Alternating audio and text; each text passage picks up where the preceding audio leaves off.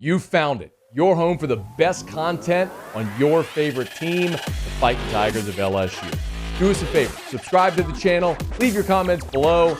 Be sure to smash that like button.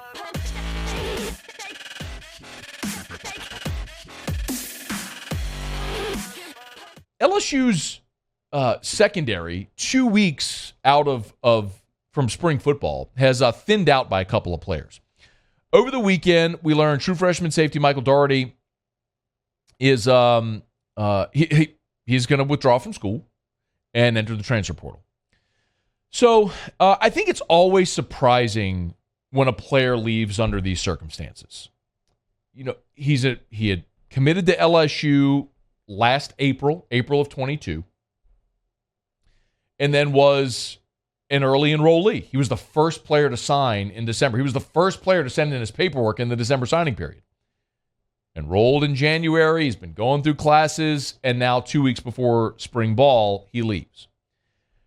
I think there's some things that make sense, right? I mean, you have Major Burns returning, you have Greg Brooks returning, you have Sage Ryan returning. So there's some veterans that are coming back at that position at safety, and so maybe there's not an immediate path to the field for him as a freshman. Maybe that's part of it. So he wants to go somewhere where he feels like he could play right away. Maybe he just got to campus and didn't love it. Like, that happens every semester on every college campus everywhere. It just doesn't always happen with football players. Like, there are students who enroll at a university, spend some time there, and realize they don't love it. That happened to me. Like, I am that example. I went away to college my freshman year, and I did not have a great experience. And so I transferred to LSU and had a phenomenal experience. So I have a bit of empathy if that's the case. I mean, I don't know if that's the case specifically with Daugherty. It might just be a thing where he wants to go play right away, and he wasn't going to have that opportunity at LSU. But for whatever the reason,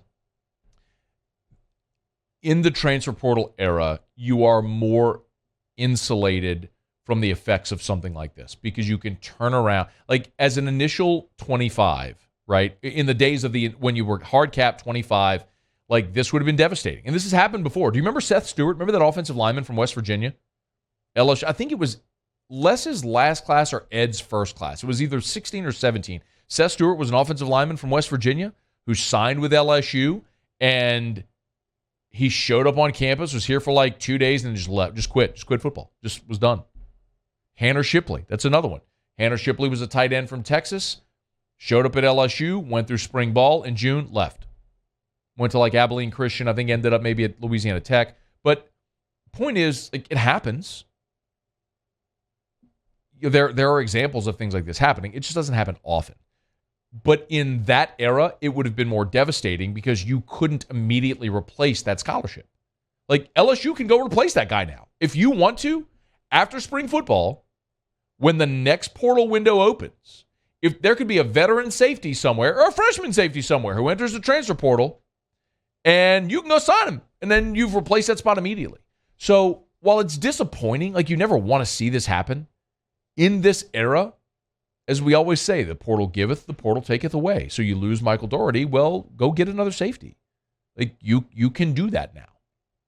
So LSU is going to be just fine. I mean, of course, there's always a threat of injury, and if a guy like Major Burns or Greg Brooks or someone that gets hurt, then yeah, I mean, you're thinner there. But you also signed a really good class of freshmen coming in. Javian Toviano is a guy that they're likely going to count on. Kylan Jackson's a local kid that people are really excited about. Ryan Yates. So you've got bodies there, and if you need to in the portal, you can go out, this after spring football in the next portal window and go get another player if you need be.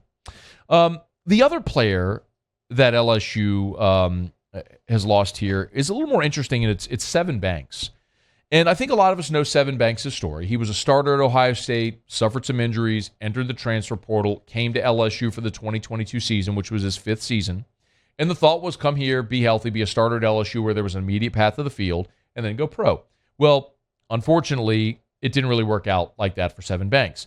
He had a hip injury, and then he had the knee injury in fall camp, and he just never really got going. And then by the time he started playing, Remember, he was injured on the opening kickoff against Auburn, really scary neck injury, and we just never saw him make it back to the field. So because of COVID, Sevyn Banks could have used the 6th year of eligibility, which it appeared as though he would because he never declared for the draft. But as a graduate, he doesn't have to declare for the draft. Like as an early, as someone who's an early entrant in the draft would have to declare by the deadline. As a 5th-year player, you don't have to do that. He was draft eligible, so he is quietly declared for the draft.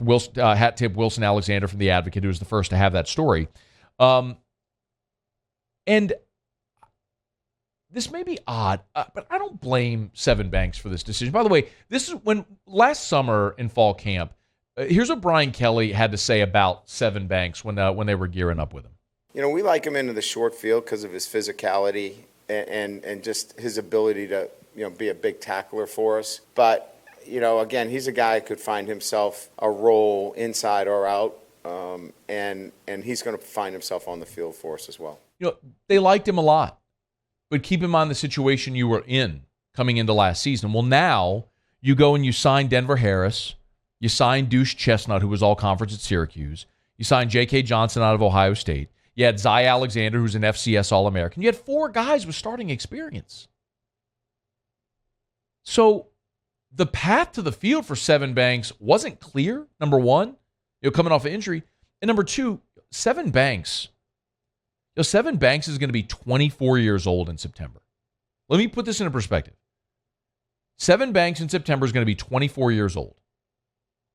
Derek Stingley, who just finished his first year in the NFL, is 21. Like, sometimes it's just time. Like, what's another year in college going to do for Sevyn Banks? Like, the better thing for him to do is get healthy, perform well at LSU's Pro Day, turn some teams' heads, stay healthy, and go make a team. And maybe it's as a corner, maybe it's as a special teams guy, maybe a versatile player. Like, it's just time at 24 years old. Go do it. Like, so... You wish him well. Like, I wish it had worked out for Sevyn Banks at LSU. Wish he'd been able to stay healthy and really perform for LSU and for himself in 2022, but it just didn't happen. Injuries bit him again, and you hope that he's healthy and he has a great opportunity to go make it at the next level.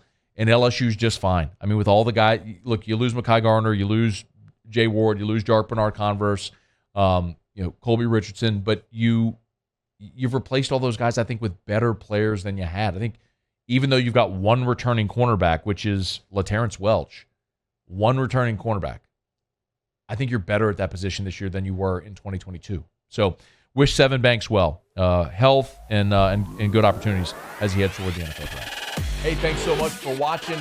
Please leave your comments. I love to interact, and be sure to hit the red subscribe button below.